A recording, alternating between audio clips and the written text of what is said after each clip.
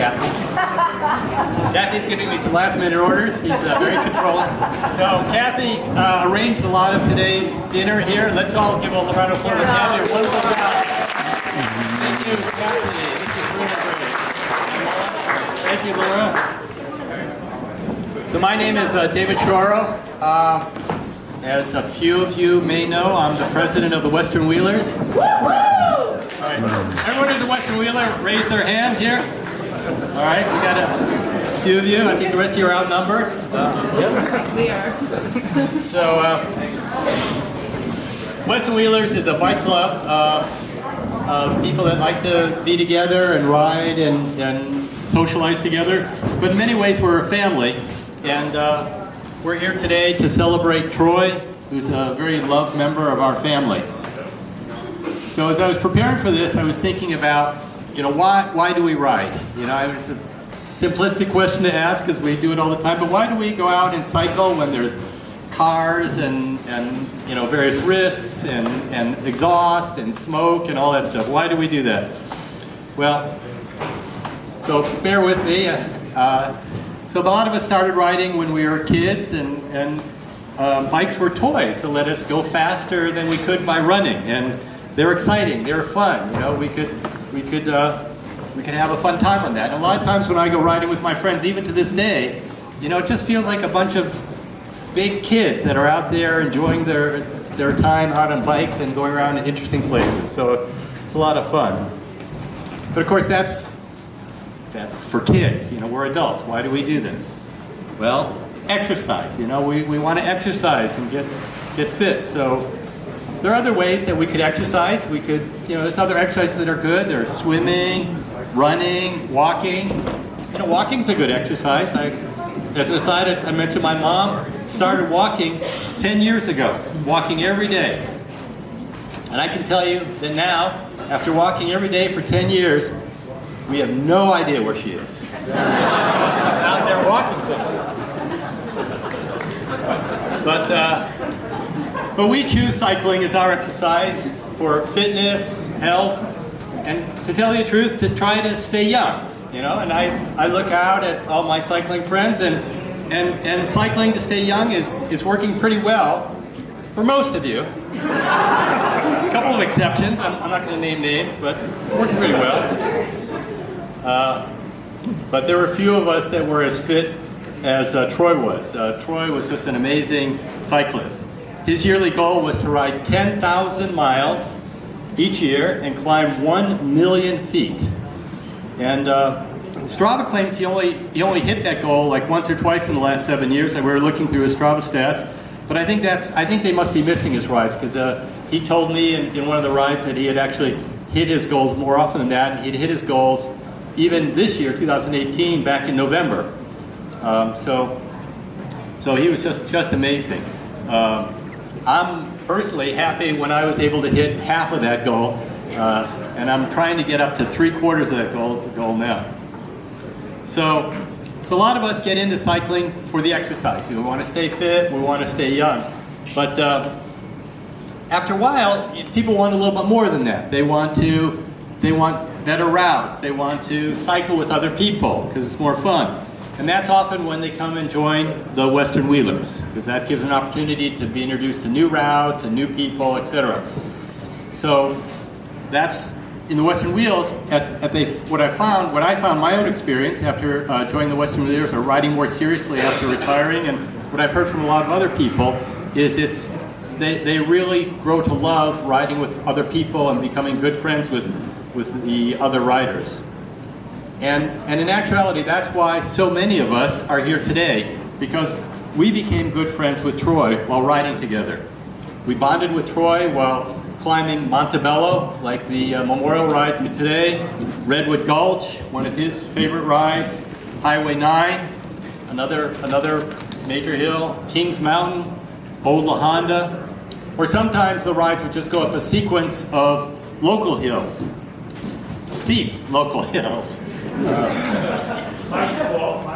Yeah, Mike's Fall. Mike is one of the instigators of the worst rides. There's a terrible, terrible ride called Mike's Swan Song that goes up a whole bunch of very steep hills.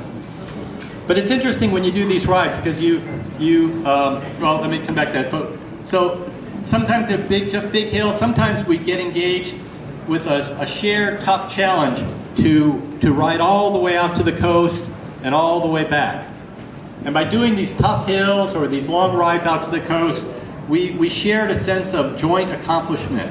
You know, we're a team working together, completing the challenge and the challenging feat together, and that kind of bonded us as a team and created a lot of closeness. Now those hills are tough.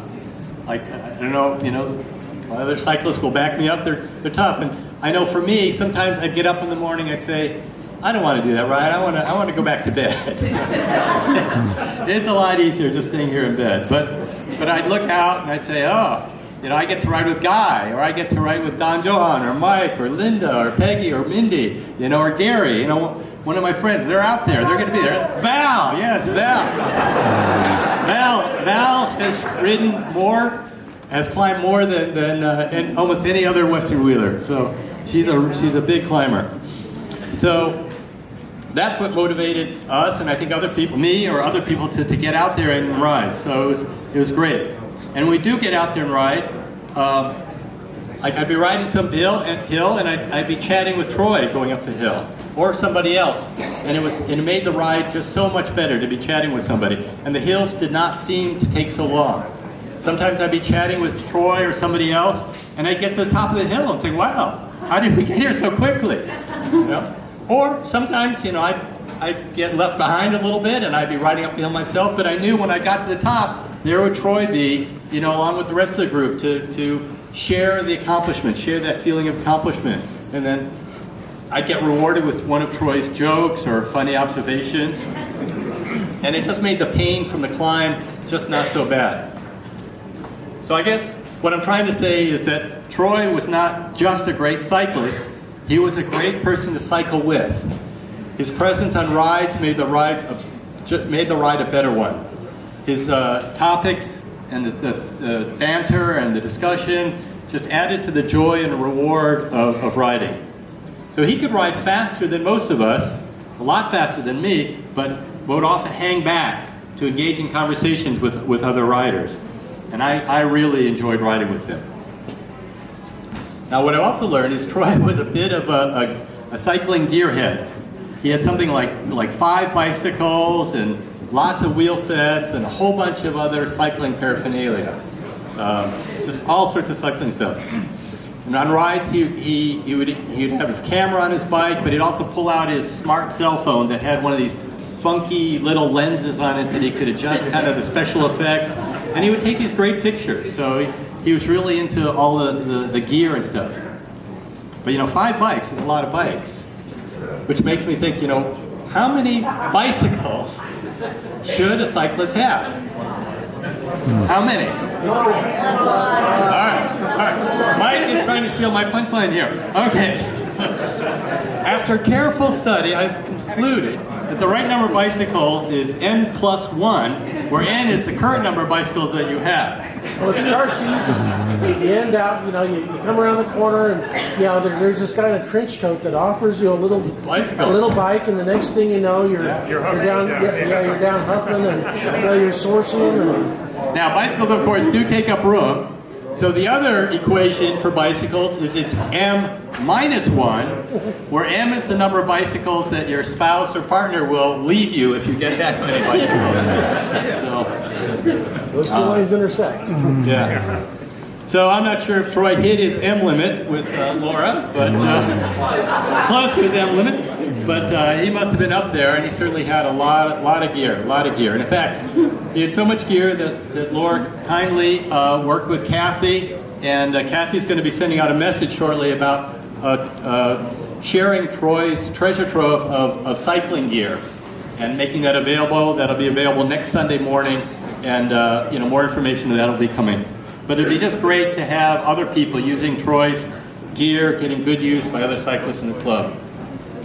So, in closing, I just want to say thank you, Troy, for riding with us. It's been great riding with you, and I will miss you on the rides. Here's to Troy.